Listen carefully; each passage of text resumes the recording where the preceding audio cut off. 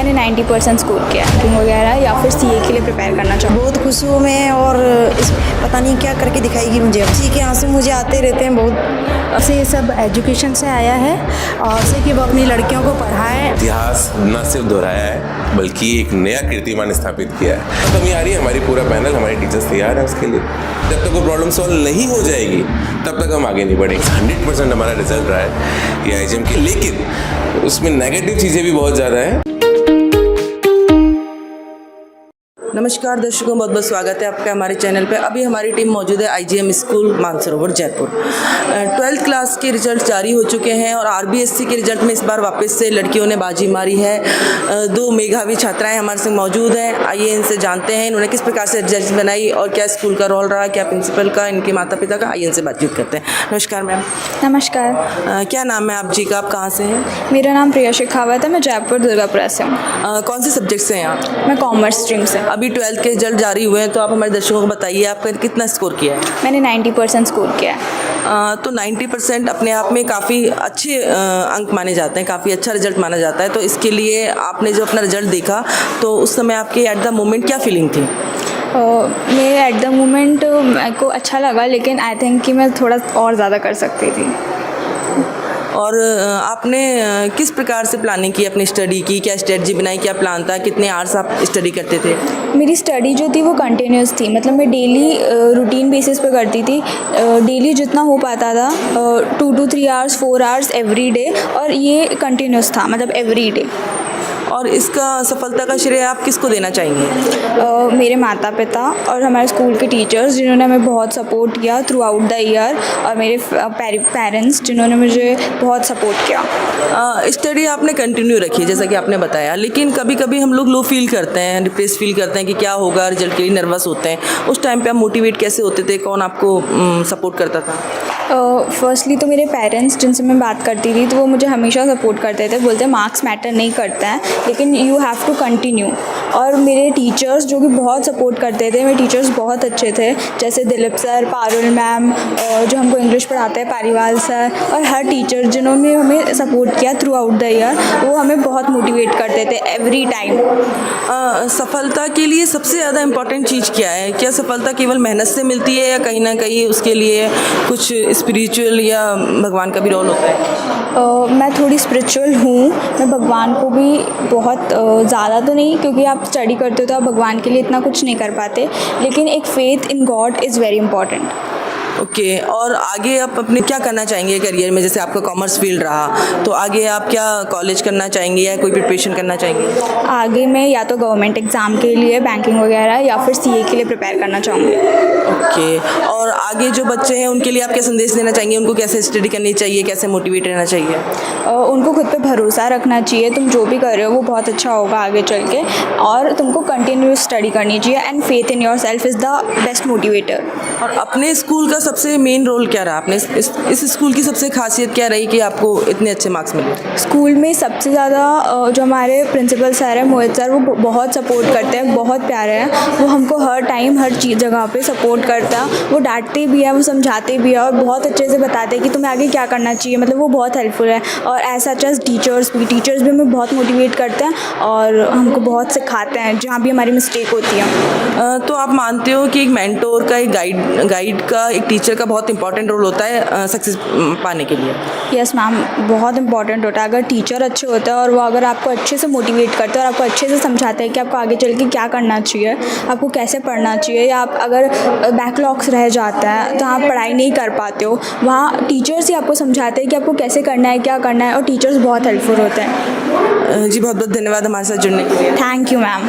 नमस्कार मैम। क्या नाम है आपका और कहाँ से हो? नीतू गोयल ना बोली से, और जिला सवाई माधोपुर, तहसील बोली। ओके। अभी आपकी बेटी तनिष्का ने टॉप किया है, 97% आर्ट स्कीम में उसने स्कोर किया है, तो काफ़ी अपने आप में बहुत अच्छा स्कोर है। तो आप उसकी सफलता से कितना खुश हैं और किस प्रकार से आपने उसका सहयोग दिया उसकी सफलता में? बहुत खुश हूँ मैं, और स्कूल वालों के सपोर्ट से और खुद की मेहनत से रंग लाई है। ना ट्यूशन कराया मैंने कभी बेटी को, अपने आप पढ़ती थी, अपने आप सब कुछ किया।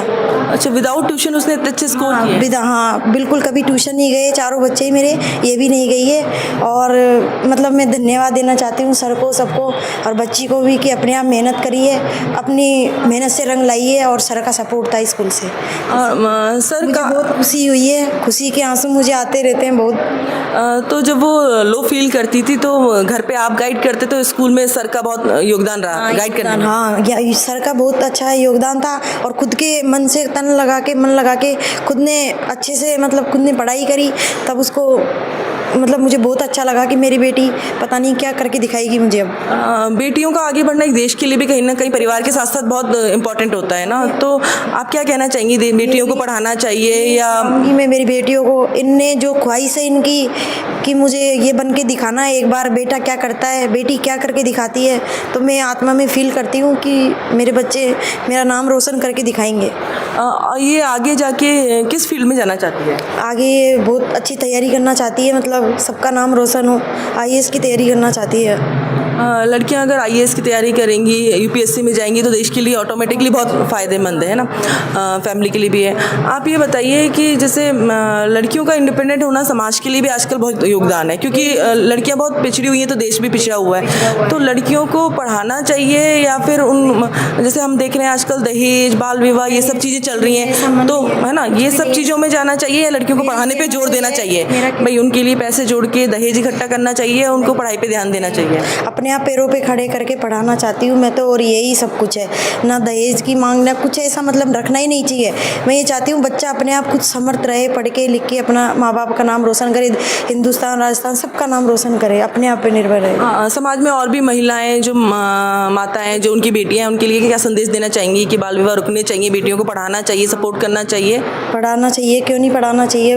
बच्चे पढ़ेंगे, आगे बढ़ेंगे तो खुद का भी नाम रोशन होगा, स्कूल का भी होगा, पूरे राजस्थान का भी होगा। लेकिन ये नहीं करना चाहिए कि 23 साल की हो गई, 22 साल की हो गई, शादी करनी है, दहेज देना है, उससे क्या करना है। पहले बच्चों को कम से कम अपने आप निर्भर रहना चाहिए कि हम क्या करके बताएंगे, क्या होना चाहिए हमें। जी बहुत बहुत धन्यवाद।